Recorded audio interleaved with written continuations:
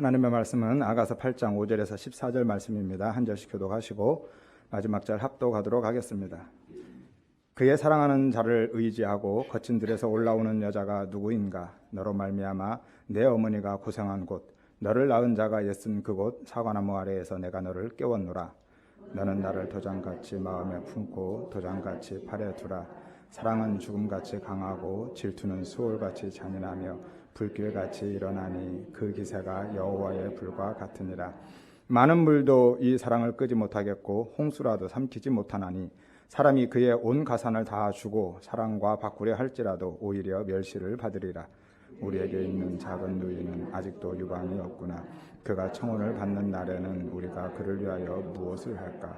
그가 성벽이라면 우리는 은망대를 그 위에 세울 것이요 그가 문이라면 우리는 백향목 판자로 두르리라. 나는 성벽이요 내 유방은 망대 같으니 그러므로 나는 그가 보기에 화평을 얻은 자 같구나. 솔로몬이 바알하몬에 포도원이 있어 지키는 자들에게 맡겨두고 그들로 각기 그 열매로 말미암아 은천을 바치게 하였구나. 솔로몬 너는 천을 얻겠고 열매를 지키는 자도 200을 얻으려니와 내게 속한 내 포도원은 내 앞에 있구나. 너 동산에 거주하는 자야, 친구들이 내 소리를 귀를 기울이니 내가 듣게 하려무나. 내 사랑하는 자야, 너는 빨리 달리라. 향기로운 산 위에 있는 노루와 같고 어린 암사슴과도 같아라. 아멘. 여러분 안녕하세요. 한 주간 평안하셨습니까? 오늘 아가서 마지막 강해입니다. 다음 주부터는 복음서를 중심으로 해서 구약 속에 담겨진 혹은 구약이 품고 있는 예수님을 찾아가기로 하겠습니다. 아마 지금까지 듣던 설교의 방식과 또 다른, 아니 어쩌면 전혀 다른 방식의 설교가 될 것 같습니다. 자세한 이야기는 다음 주에 나누기로 하고요. 기대해 주시고 또 기도해 주시기를 부탁드립니다. 지난주 말씀 잠깐 나누고 오늘 본문 나누기로 하겠습니다. 술람미가 사랑의 위기를 극복하고 더욱 성숙해진 모습을 보였죠. 온전히 솔로몬에게만 속한 존재임을 고백했습니다. 이제 나는 완전히 솔로몬의 소유가 되었다라고 하고 자신은 완전히 사라져버렸죠. 솔로몬과 그의 사랑만 남았습니다. 그리고 솔로몬을 아름다운 사랑의 밤으로 초청했었죠. 자신이 향기로운 포도즙이 되어서 그렇게 솔로몬에게 사랑을 주겼다고 고백도 했습니다. 여러분 한 주간 어떻게 사셨습니까? 얼마나 주님을 사랑하고 또 내가 어디에 속해 있었고 또 무엇으로 내 소유를 삼으려 하며 사셨는지요. 아니 내가 무엇의 소유가 되어서 사셨는지요. 내 한 주간의 삶을 돌아보시기를 바랍니다. 여전히 주님의 이름을 부르기는 하는데 주님을 간절히 찾기는 하는데 그 안에 주님은 없고 나만 있고 나를 위해서만 주님을 찾고 부르고 살지는 않으셨는지요.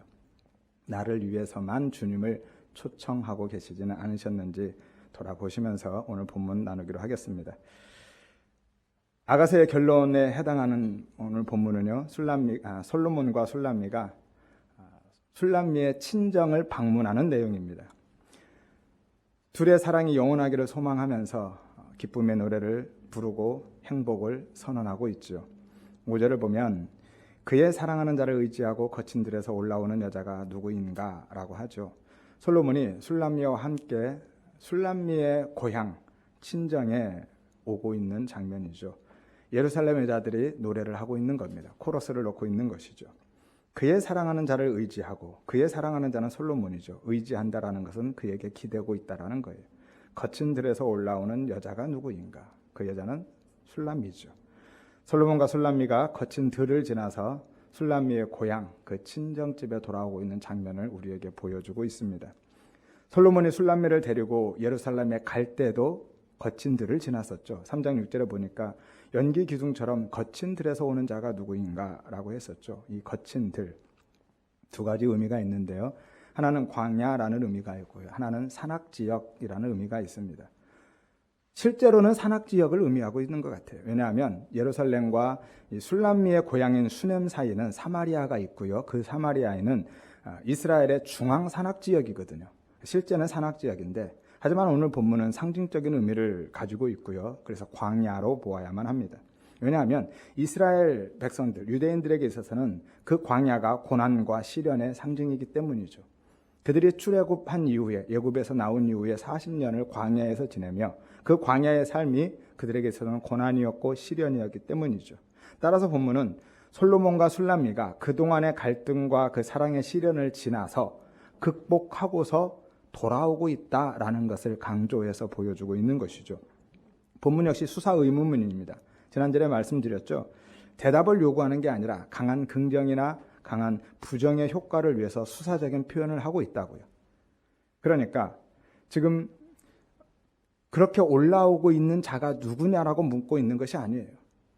그것이 술람미인지를 몰라서 묻는 것이 아니라 술람미가 그렇게 거친 들을 지나서 그의 그 고난과 시련을 극복하고 오고 있다는 것을 강조하고 있는 내용이죠. 그런데 여기서 우리가 주목하여 보아야 할 것은 거친 들이 아니라 오히려 솔로몬을 의지하고 라는 장면입니다. 솔로몬이 술람미와 함께 거친 들을 지나서 오고 있는 것은 맞는데 우리를 상징하는, 성도를 상징하고 있는 이 술람미가 솔로몬을 의지하고 오고 있다는 것이 중요한 거예요. 우리의 삶이 그렇습니다. 고난과 시련으로 점철된 이 광야의 길을 우리는 살아가고 있잖아요. 우리의 삶 그 자체가 광야의 삶입니다. 그렇게 고난과 시련의 연속이죠. 그런데 그 광야의 삶을 어떻게 지날 수 있느냐의 문제이죠. 술람미가 어떻게 지나고 있어요? 항상 솔로몬과 함께 지나고 있습니다. 오늘 본문에도 솔로몬을 의지해서 지나고 있는 것이죠. 우리의 삶은 그렇습니다. 고난과 시련으로 점철된 이 인생의 광야길을 지나는 것은 주님을 의지해야만 가능하다라고 말씀하고 있는 거예요. 주님과 함께 혹은 주님을 의지하고 광야의 길을 지나는 겁니다. 그러면 광야의 인생을 넉넉히 감당하며 살아가게 되는 것이고요. 나아가서 오히려 그 광야의 삶이라 할지라도, 그렇게 고난과 시련의 삶이라 할지라도 그것이 오히려 즐거움이 되기도 한다라는 것이죠. 오늘 술람미를 보십시오. 거친 들을 지나서 그 고난의 광야를 지나오고 있지만 술람미의 얼굴에는 고난의 그림자도 없습니다. 오히려 기뻐하고 행복해하고 있어요. 왜냐하면 그의 사랑하는 자 솔로몬과 함께하고 있고 솔로몬을 의지하고 있기 때문인 것이죠. 사람은요, 어디에 사느냐 보다는 누구와 사느냐가 훨씬 중요합니다. 내가 처한 상황이나 환경, 현실의 문제가 아니라 우리의 마음의 문제인 것이죠. 시편 84편 시편에 고라자손이 고백합니다. 주의 궁정에서의 한 날이 다른 곳에서의 첫날보다 낫다. 악인의 장막에 사는 것보다 내 하나님 문지기로 사는 것이 더 좋다라고 고백하죠. 오늘 우리도 그렇게 찬양으로 고백했었죠. 입술의 고백뿐만이 아니라 우리의 마음의 그리고 우리의 삶의 고백이 되기를 소망합니다. 우리 모든 성도님들도 포도원지기 같은 힘겨운 삶을 살아가고 있다 할지라도, 그렇게 거친 광야 같은 고난의 길을 가고 있다 할지라도 주님과 함께 그리고 주님을 의지하고 그 주님의 사랑 안에서 그 모든 삶을 넉넉히 감당하며 기쁨으로 살아가시기를 소망합니다. 또한 주님을 의지하고 주님과 함께 거친 들을 지난다라는 것은 우리의 삶에 있어서의 문제뿐만이 아니라 주님과의 관계에 있어서도 혹은 우리의 신앙에 있어서도 역시 동일합니다. 주님과의 관계나 우리의 신앙에 있어서도 주님을 의지해야만 우리의 신앙의 위기가 극복되는 것이고 주님을 붙들고 가야만 영적인 갈등과 상처가 회복되는 것이죠. 시편 73편에 아삽이 고백합니다. 나는 거의 넘어질 뻔했고 미끄러질 뻔했다. 왜냐하면 악인의 형통함을 보았기 때문이라는 거예요. 아삽이 보니까 악인은 늘 평안하고 항상 강건하고 부귀영화를 누리더라는 거예요. 그리고 심지어는 악인은 죽을 때도 평안히 죽더라는 겁니다. 고통도 없이. 그런데 의인은 그가 보니까 항상 재난을 당하고 고난을 당하고 징계를 받고 고통 속에서 살아가더라는 거예요. 그래서 지금 아삽이 하나님께 항의하고 있는 겁니다. 어떻게 그럴 수 있습니까? 하나님이 살아계시면 어떻게 악인이 이렇게 형통하고 의인이 이렇게 고난받으며 살 수 있습니까? 라고 항의하고 있는 거예요. 그런데 17절에 가보니까 그가 하나님의 성소에 들어갈 때 비로소 깨달음을 얻습니다. 그들의 종말을, 하나님이 그들을 심판하신다라는 것을. 그래서 25절 이하로 이렇게 고백합니다. 주님 밖에는 내가 사모할 리 없습니다. 주님을 가까이 하는 것이 내게 복이었습니다. 여러분, 우리 모든 성도님들도 주님 앞에 나아가서 주님을 붙들고 의지함으로써 동일한 치유와 회복, 그 고백의 은혜가 있기를 소망합니다. 주님을 붙들고 의지한다라는 것은 이 땅에서의 삶과 신앙에 있어서 뿐만이 아니라 또 하나는 하나님 나라에 들어가는 데 있어서도 유일한 길이라 라고 말씀하고 있습니다. 하나님 나라, 천국은요, 다른 것 붙들고는 들어갈 수 없습니다. 그동안 내가 이 땅에서 착하고 선하고 의롭게 살았던 그것 가지고는 들어갈 수 없다라는 거예요. 아무리 교회를 열심히 섬기고 봉사를 많이 해도 그것으로 하나님 나라에 들어갈 수 있는 것이 아닙니다. 하나님 나라에 들어갈 수 있는 유일한 길은 주님만 의지하고 주님만 붙들고 가는 거예요. 우리의 행위나 공로로는 그 환난의 길을 통과할 수가 없다라고 분명하게 말씀합니다. 계시록 7장 13절에서 15절이죠. 이 흰옷 입은 자들이 누구며 또 어디서 왔는가? 구원받은 자들이죠. 그런데 그들이 어디서 왔냐면 큰 환난에서 오고 있다라는 거예요. 그 고난과 시련을 통과해서 오고 있는데 그들이 어린 양의 피에 그 옷을 씻어서 희게 하였다라는 거예요.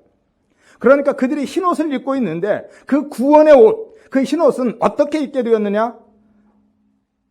그들의 행위가 아니라, 그들의 공로가 아니라 오직 어린 양의 피다라고 말씀하고 있는 것이죠. 그 환난은 다른 것으로는 지나갈 수 없었습니다. 그들의 그 큰 환난을 지나서 올라오고 있는데 오직 어린 양의 피로만 그 길을 지나올 수 있었다라고 이야기하고 있는 거예요.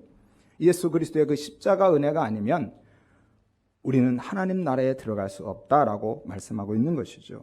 그러므로 그들이 하나님의 보좌 우편 앞에 있고 보좌 앞에 있고 밤낮 하나님을 섬긴다라고 말씀하고 있습니다.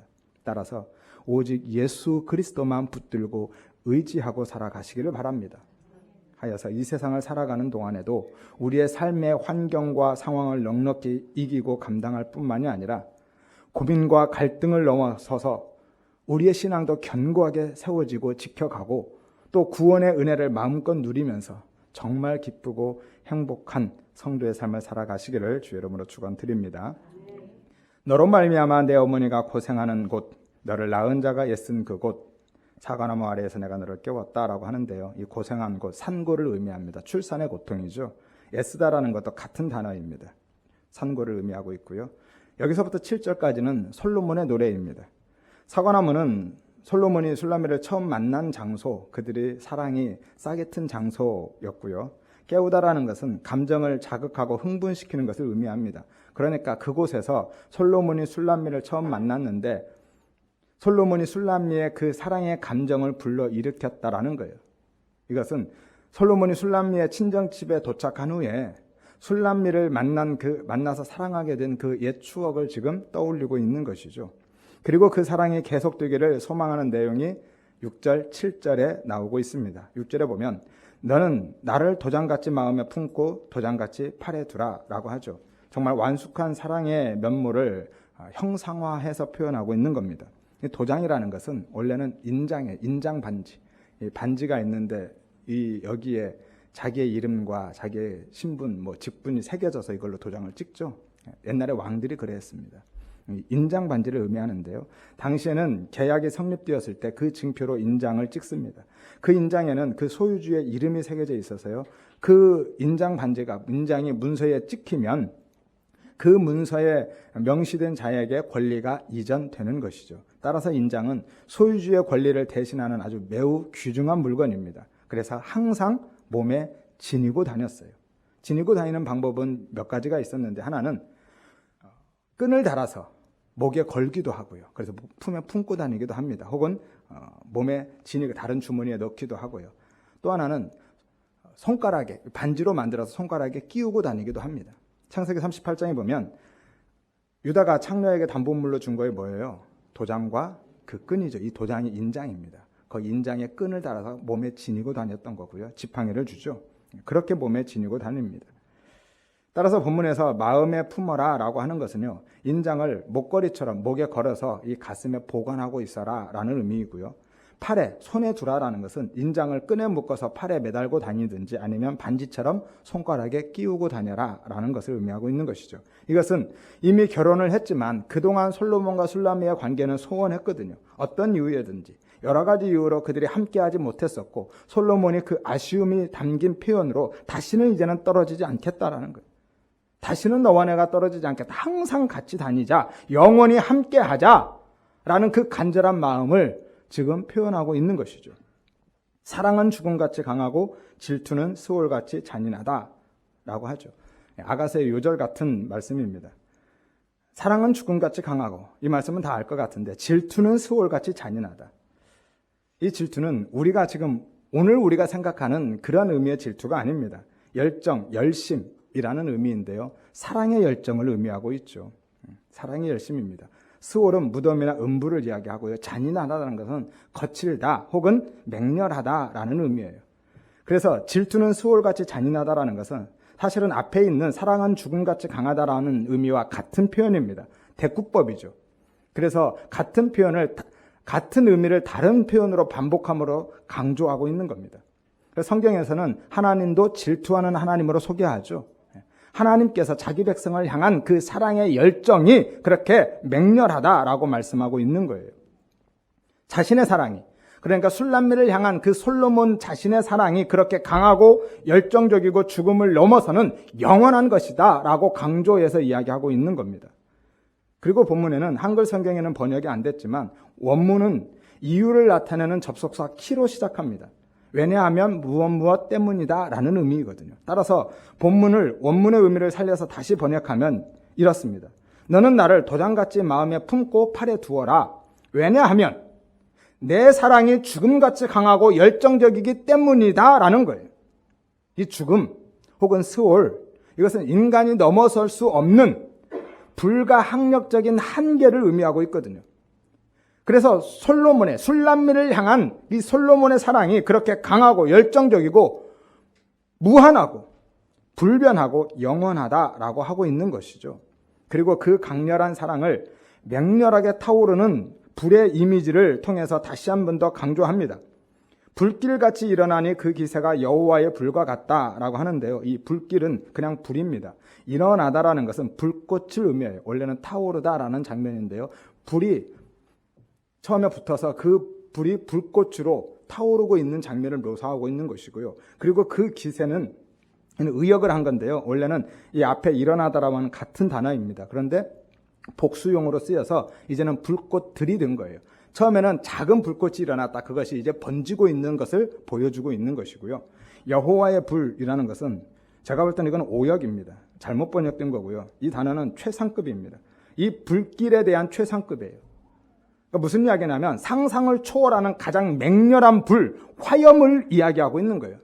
우리 작년에 봤죠. 그 강릉 산불이랄지 또 최근에 그 과천 방음터널 화재랄지 이런 거대한 불길을 이야기하고 있는 거예요. 그래서 점층법을 사용해서 강조하고 있는 겁니다. 처음에는 작은 불이 붙어서 그것이 불꽃이 일어나더니 여러 불길로 확산되고 번져가다가 걷잡을 수 없는 상상을 초월하는 거대한 화염으로 바뀌어버리는 것이죠. 이게 지금 솔로몬이 술람미를 향한 그 마음, 그 사랑의 열정이다. 이렇게 맹렬하다. 그래서 사랑은 죽음같이 강하고 그 사랑이 그 무엇으로도 꺼트릴 수 없다라고 이야기하고 있는 거예요. 가장 강렬하고 가장 맹렬한 그 사랑을 표현하고 있는 것이죠. 그래서 7절에 많은 물도 이 사랑을 끄지 못하고 홍수도 삼키지 못한다라고 하는 거예요. PL 동사, 그 강의형 동사를 사용해서 더 강조해주고 있습니다. 그 사랑의 불길이 얼마나 강한지 많은 물로도 혹은 홍수, 큰 강을 의미합니다. 큰 강으로도 절대 끌 수 없다는 거예요. 그 큰 강물을 다 퍼다 부어도 그 불길을 잡을 수 없다라는 것이죠. 그러니까 그 누구도, 그 어떤 세력도 술람미를 향한 자신의 그 사랑의 불길을 절대로 끌 수 없다라는 거예요. 사실 사람에게 있어서는 이 절대라는 단어를 쓰기 어려운데요. 하나님은 그렇습니다. 하나님께는 사용할 수 있죠. 하나님의 그 사랑은 절대로 끌 수 없다라는 거예요. 사랑의 불멸성을 강조하고 있는 것이죠. 사람이 그 온 가산, 재산입니다. 혹은 재물, 보화를 의미하죠. 그 가산을 다 주고도 사람과 바꾸려 할지라도 오히려 멸시, 모욕이나 무시를 받는다라고 하고 있습니다. 그 사랑의 가치가 세상의 모든 가치, 모든 보화보다 훨씬 크다라는, 비교할 수 없습니다. 그 무엇으로도 그래서 그 사랑을 살 수 없다. 최고의 가치를 가지고 있다라고 하는 거예요. 사랑의 위대함을 강조하고 있죠. 사랑은요, 대가를 지불하고 살 수 있는 것이 아닙니다. 만일 대가를 지불하고 누구의 사랑을 샀다면 그것은 사랑이 아니죠. 그것은 그냥 거래이고 유흥일 뿐입니다. 많은 사람들이 대가를 지불하고 사랑을 산다고 하는데 그것은 유흥이에요. 이것이 바로 우리를 향한 주님의 사랑임을 믿으시기를 바랍니다. 주님이 우리를 그렇게 사랑하고 계시다라고 말씀하고 있는 거예요. 얼마나 강조해서 말씀하고 있습니까? 계속해서 반복적으로 대꾸법을 사용하면서 점층법까지 사용하면서 강조하고 있어요. 단 한순간도 주님은 우리와 떨어지고 싶어 하지 않으시고 영원히 함께 하고 싶어 하신다라는 거예요. 그래서 도장같이 마음에 품고 팔에 두라라고 하신 것이고요. 그 무엇으로도 그 사랑을 끊을 수 없다. 우리를 당신의 사랑에서 빼앗을 수 없다. 그래서 많은 물로도 그 사랑을 끌 수 없다라고 하고 계신 거예요. 그리고 그 사랑을 무엇으로도 살 수 없다. 우리의 자격, 조건, 공로와 아무 상관없이 하나님이 거저 주시는 것이다 라고 말씀하고 있는 겁니다. 이것이 은혜이고 이것이 구원이고 선물인 것이죠. 우리가 살 수 있는 것이 아닙니다. 대가를 지불하고 그 구원의 은혜를 우리가 살 수 있는 것이 아니라 하나님이 거저 주시는 선물이다 라고 말씀하시는 거예요. 다른 후궁들처럼 혹은 바리새인들처럼 대가를 지불하고 그 사랑을 사려 하지 마시기를 바랍니다. 주님과 그 사랑을 거래하려 하지 마십시오. 그냥 그 은혜에 감사하고 그 은혜 앞에 나아가고 엎드리고 그 은혜만 구하며 사시기를 바랍니다. 주님은 이미 우리를 당신이 먼저 도장같이 마음에 품고 계시고요. 그렇게 도장같이 팔에 새기고 계십니다. 절대로 잃어버리지 않으십니다. 요한복음 6장 39절에 보면 내게 주신 자 중에서 내가 하나도 잃어버리지 않겠다라고 말씀하고 계시죠. 요한복음 10장 28절에서 29절에 내가 영생을 주노니 영원히 멸망치 않을 것이다. 내 손에서 빼앗을 자가 없다라고 말씀합니다. 로마서 8장 35절에 39절에 누가 우리를 그리스도의 사랑에서 끊겠느냐? 내가 확신하는데 어떤 피조물도 우리를 그리스도 예수 안에 있는 하나님의 사랑에서 끊을 수 없다라고 말씀하시잖아요. 주님은요, 그 사랑 때문에 당신의 생명을 내어주셨거든요. 그 사랑 때문에 결코 넘어설 수 없는 그 죽음의 한계도 넘어서셨습니다. 그 사랑 때문에 십자가에서 그렇게 당신의 삶을, 생명을 송두리째 불태우셨거든요. 그래서 우리가 그 사랑 때문에 오늘 거친 광야 같은 인생을 안전하게 또 평안하게 지날 수 있는 것이고요. 주님의 그 사랑 때문에 우리가 담대하게 혹은 뻔뻔하게 하나님 앞에 나아갈 수 있는 거예요. 그 사랑 때문에 나아가는 겁니다. 내가 무엇을 잘해서 많이 해서 그것 가지고 하나님 앞에 나아가는 것이 아니라 그 사랑 때문에 나아갈 수 있는 것이죠. 그리고 그 사랑 때문에 아무 자격도 공로도 조건도 없이 하나님 나라의 천국에 들어갈 수 있는 것이죠. 우리 모든 성도님들이 그 사랑을, 그 십자가의 사랑을 경험하시기를 바랍니다. 하여서 정말 우리도 주님처럼 주님을 도장같이 마음에 품고 도장같이 우리의 삶에 새겨가시기를 바랍니다. 그렇게 늘 주님과 함께, 주님과 동행하면서 그렇게 깊은 사랑을 나누고 또 누리며 살아가시기를 소망합니다. 8절에서 9절은요, 술람미 친오빠들이 술람미의 어린 시절을 회상하면서 노래하고 있는 겁니다. 술람미가 지금 고향집에 왔다고 했죠. 8절에 보니까 우리에게 있는 작은 누이는 아직도 유방이 없구나. 가슴이 작다라는 게 아니라 없다라고 표현하고 있죠. 술람미가 어렸을 때 성장하기 이전을 이야기하고 있습니다. 그 이전의 모습을 회상하고 있는 것이죠. 그가 청혼받는 날에는 우리가 그를 위하여, 우리 누이를 위하여 무엇을 할까? 정말 이 오빠들의 이야기를 들어보면 사랑의 그 감정과 함께 술람미와 깊은 연대감이 느껴지고 있습니다. 술람미가 어렸을 때 집안에서 그렇게 특별한 사랑을 받는 존재였다라는 것을 우리에게 보여주고 있죠. 6장 9절에 보면 술람미를 이야기할 때 그는 그의 어머니의 외딸이라고 했었죠. 외딸이 유일한 딸이 아니라 최상급이라고 했죠. 가장 사랑받는 딸이었다. 그가 낳은 자 중에서 귀하게 여기는 자다라고 말씀하고 있었습니다. 그런데 우리가 1장에서 처음에 이야기할 때 술람미의 오빠들을 봤었죠. 1장 6절에. 그 오빠들은 어떤 오빠들이었어요? 술람미를 포도원지게 삼아서 정말 하루 종일 고생시키고 있는 오빠들이었어요. 그래서 술람미는 오빠들에게 미움받는 존재로 처음에 등장했었습니다.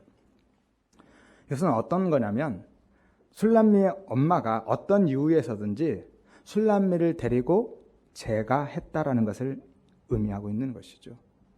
그러니까 술람미의 아빠가 안 계셨다라는 거예요. 아마 사별했을 것으로 보입니다. 왜냐하면 술람미의 친아빠가 생존해 있었다면 술람미의 그 친오빠들이 술람미가 그 어렸을 때 이런 문제로 술람미가 청혼을 받으면 우리가 무엇을 해줘야 되지, 어떻게 해야 되지, 이런 문제로 고민하지 않았을 것이기 때문이죠.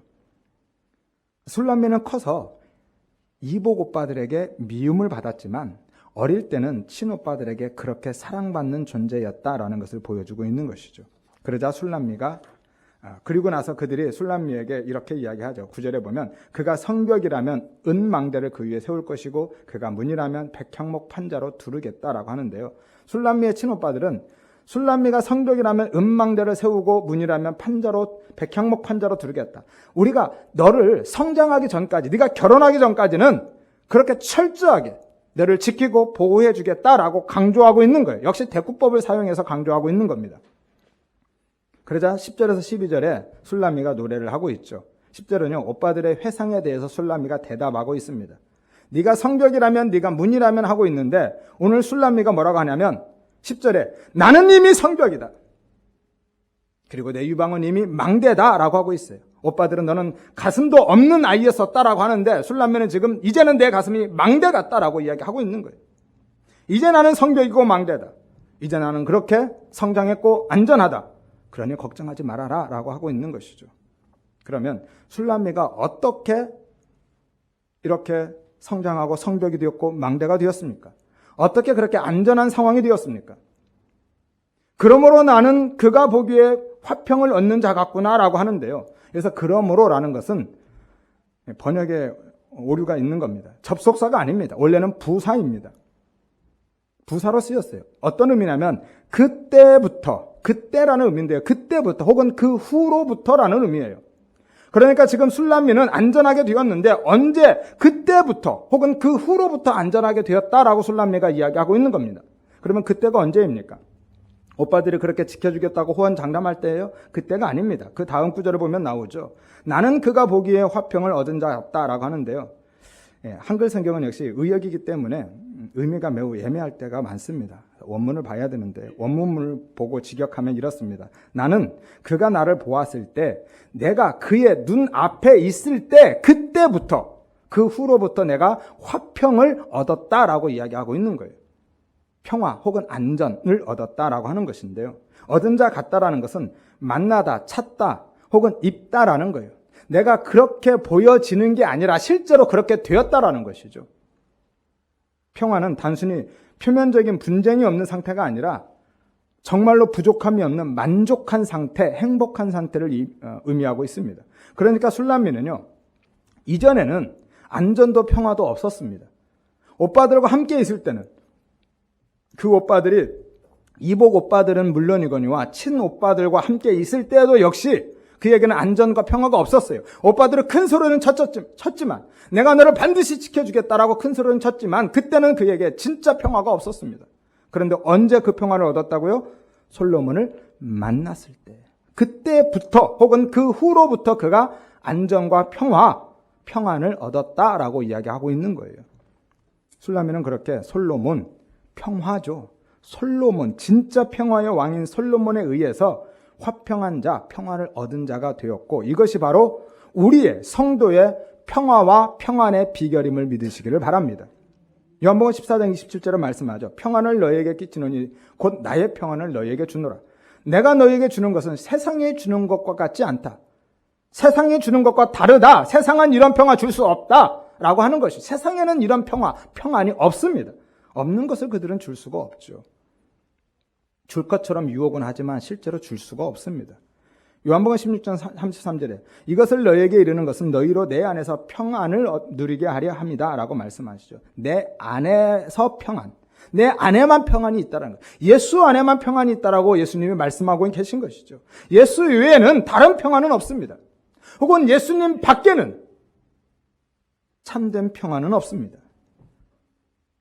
술람미가 솔로몬을 만나기 이전처럼 그런 평안은 없는 거예요.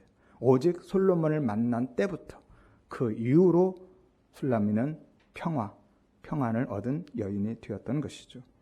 그럼에도 불구하고 사람들은요, 성도들조차도 예수 외에 다른 평화 혹은 다른 평안을 구하고 있고요, 예수님 밖에서 만족과 행복을 찾고 있습니다. 부귀영화를 얻으면 평안해질 것처럼, 평화로워질 것처럼, 만족하고 행복해질 것처럼, 안전을 얻을 것처럼 생각하고 있지만 그것들 모두는 일시적인 즐거움밖에 되지 않습니다. 혹은 하룻밤 꿈과 같은 일장 춘몽으로 끝나버리는 것들입니다. 오직 예수님만 우리에게 유일한 평화이고 평안임을 믿으시기를 바랍니다. 예수 안에만 참된 기쁨과 만족, 행복이 있음을 믿으시기를 바랍니다. 나아가서 예수 안에서 그 평안을 얻고 예수로만 참된 만족과 행복을 누리며 살아가시기를 바라고 그 은혜를 사모하시기를 바랍니다. 11절에 보면 솔로몬이 바알하몬에 포도원이 있어 지키는 자들에게 맡겨두고 라고 하죠. 바알하몬은 원래 의미가 풍부한 소유자, 많은 무리의 주인이라는 의미입니다. 그러니까 실제로 존재하는 포도밭이라기보다는 그 포도원이 얼마나 비옥하고 풍요로운지를 상징하고 있는 것이죠. 그렇게 많은 무리들, 많은 사람들, 많은 일꾼들을 두고 관리해야 할 만큼 그 포도원이 비옥하고 풍요로웠다라는 겁니다. 얼마나 비옥하냐면 그들로 그 열매로 말미암아 은천을 바치게 했다라고 하죠.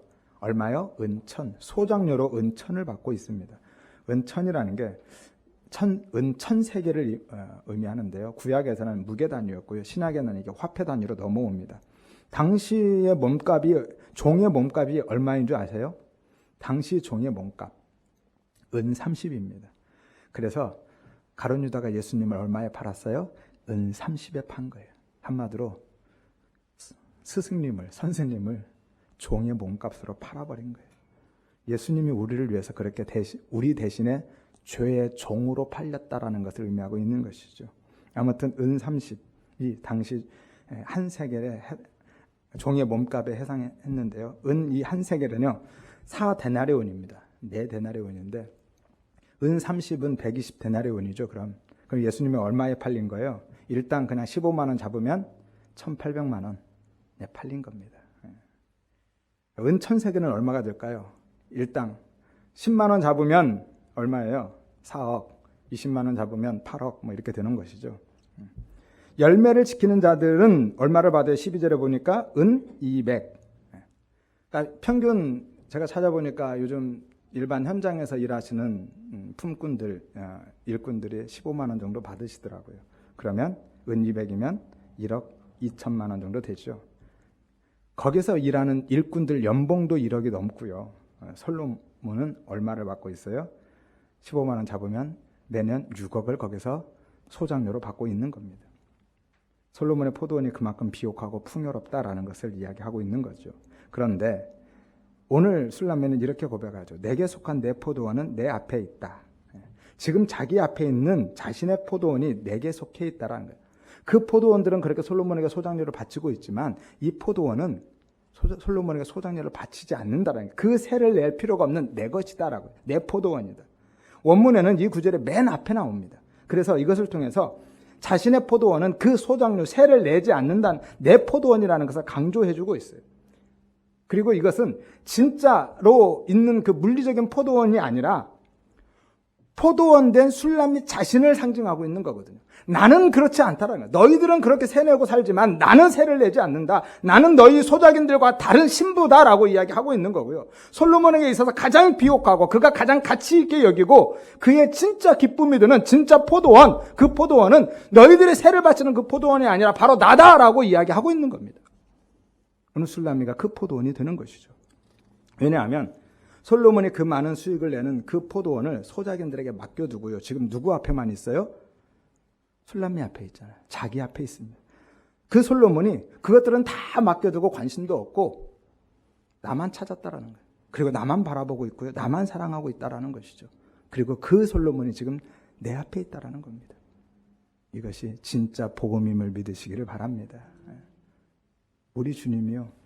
그렇게 오늘 우리만 찾고 우리만 보고 우리만 사랑하고 우리 앞에 계신 거예요.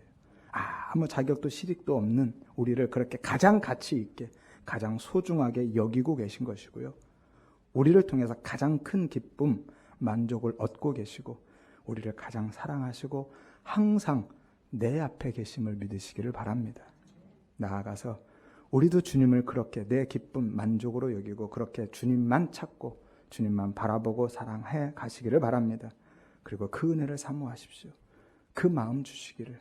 그렇게 주님만 바라볼 수 있는, 주님만 사랑할 수 있는 그 마음, 그 은혜 부어주시기를 위해서 기도하시기를 바랍니다. 13절, 14절을 보면 아가스의 두 주인공인 솔로몬과 술람미가 서로를 향해서 사랑의 노래를 부르면서 이제 대미를 장식하고 있습니다. 솔로몬이 먼저 술람미를 향해서 노래를 부르죠. 13절에 너 동산에 거주하는 자야 라고 하는데요. 너 동산에 거주하는 자, 여성형으로 쓰여서 술람미를 지칭하고 있습니다. 친구들이 내 소리에 귀를 기울이니 내가 듣게 해라 라고 요청하는데요. 친구들, 술람미의 고향 사람들일 수도 있고 지금 솔로몬과 함께 온 사람들일 수도 있는데 그들이 지금 술람미의 목소리, 그 노래를 듣기를 원한다라는 거예요. 그런데 너는 내 소리를 내게 듣게 해라. 나에게만 네 목소리, 네 사랑의 노래를 들려달라라고 솔로몬이 요구하고 있는 것이죠. 그래서 친정에 있는 술람미를 지금 친정에 있는 그 집에 있다라고 하지 않고 동산에 거주하는 자로 표현하고 있는 겁니다. 아담과 하와가 범죄하기 이전에 에덴 동산을 연상케 하면서 하나님과 그들이 나누었던 그 지순한 그 사랑을 이야기하고 있는 거예요. 그것처럼 너는 누구도 개입하지 않는, 누구의 방해도 없는 우리 둘만의 사랑을 나누자. 그 사랑을 내게만 들려달라라고 지금 이야기하고 있는 것이죠. 우리 주님이 우리와만 그 사랑을 나누기를 원하고 계신 거예요. 우리의 사랑이 다른 사람에게 들려지기를 원치 않습니다. 우리의 사랑이 세상과 나누어지기를 원치 않으신다라는 것이죠. 우리 모든 성도님들은 예수 안에서 그 십자가의 은혜와 그 사랑을 경험하심으로 오직 주님과만 사랑을 나누며 살아가시기를 바랍니다. 주님과만 그 지고지순한 사랑을 나누고 누리며 살아가시기를 소망합니다. 14절에 내 사랑하는 자야 너는 빨리 달리라. 향기로운 산 위에 있는 노루와 같고 어린 사슴과 같아라. 솔로몬의 앞에서 네 사랑을 내게만 들려달라라고 요청하자 지금 술람미가 답을 하고 있는 내용입니다. 너는 그러면 빨리 내게 와라. 노루와 사슴처럼 빨리 달려와라 라는 거예요. 어린 사슴은 젊은 사슴입니다. 13절에 솔로몬의 노래에 대한 술람미의 답가이죠. 그런데 이 본문은 2장 17절에서도 같은 표현으로 등장합니다. 내 사랑하는 자야 날이 저물고 그림자가 사라지기 전에 돌아와서 베데르산의 노루와 어린 사슴 같을지라 라고 요청하고 있었죠. 그리고 그 본문은 어떤 의미였습니까? 솔로몬과의 언약의 날, 그 혼인식을 기다리는 술람미의 간절한 마음의 표현이었다라고 말씀드렸습니다. 이것이 바로 궁극적인 언약의 날, 천국 잔치를 기다리고 있는 성도의 마음이고 소원이다라고도 말씀드렸죠. 작년 12월 11일 세 번째 강의를 참조하시면 되겠습니다. 본문 역시 같은 의미인 거예요. 재림을 간절히 사모하고 있는 성도의 마음에 대한 상징인 겁니다. 빨리 달리라, 서둘러서 도착하다라는 의미예요. 한마디로 빨리 와라라는 거죠. 여러분, 주님이 빨리 오셔서 천국 혼인잔치의 문을 열고 우리를 진짜 신부로 맞이해서 영원히 그 기쁜 사랑을 나누며 살고자 하는 간절한 소망이 여기에 있는 거예요. 계시록 22장 20절에 보면 내가 진실로 속히 오리라 하시거늘 아멘 주 예수여 오시옵소서. 아멘 주 예수여 오시옵소서. 그렇게 고백하잖아요. 주님이 오시겠다는 거, 지금 오시면 안 돼요. 조금만 기다리세요. 그러는 게 아니라 어서 오십시오. 빨리 오십시오. 그렇게 고백하는 것이죠. 성도로서 주님의 신부로서의 나는 어떤 마음의 소원을 품고 또 무엇을 소망하고 무엇을 기다리며 사는지 한번 진지하게 고민해 보시길 바랍니다. 가장 최근에 내가 그동안 그렇게 기다렸던 것은 무엇인지 한번 생각해 보시기를 바랍니다. 최근에 여러분 무엇을 기다리며 사셨어요? 무엇을 소망하며 사셨습니까? 계약 성사되기를, 손님이 많이 찾아오기를, 합격 통지서 날아오기를, 봄도 왔는데 강남 같은 제비가 호박씨가 아니죠. 박씨 하나 물고 와서 로또 하나 당첨되면 좋겠다. 인생의 봄날 좀 와라. 뭐 그런 거 기대하며 사시지는 않으셨는지요? 여러분, 신랑 되신 주님께 무엇을 기대하셨습니까? 혹은 무엇을 요구하셨는지요? 혹 이 땅의 일만 생각하고 소망하면서 우리의 일상에만 그렇게 매몰되어서 살고 있지는 않는지 돌아보시기를 바랍니다. 우리 모든 성도님들은요, 예수님의 신부로서 또 하늘의 시민권을 가진 자로서 비둘기처럼 예수님만 바라보시기를 바라고요. 아침을 기다리는 파수꾼처럼 오늘 주님을 그렇게 기다리며 사시기를 바랍니다. 아멘 주 예수여 오시옵소서. 그 믿음, 그 고백으로 정말 일편단심 주님의 그 재림의 날을 기대하고 기다리며 살아가시기를 바라고요. 오직 영원한 하나님의 나라의 소망을 두고 나뉘지 않은 마음, 섞이지 않은 마음, 그 순결한 거룩한 주님의 신부로 살아가시기를 바랍니다. 하여서 주님이 다시 오는 그 날에 우리 모두가 천국 혼인잔치에 다 같이 참여하여서 주님과 함께 영원한 사랑을 함께 나누고 누리는 가장 행복한 신부로 발견되어지기를 주의 이름으로 축원드립니다. 찬양 드리겠습니다.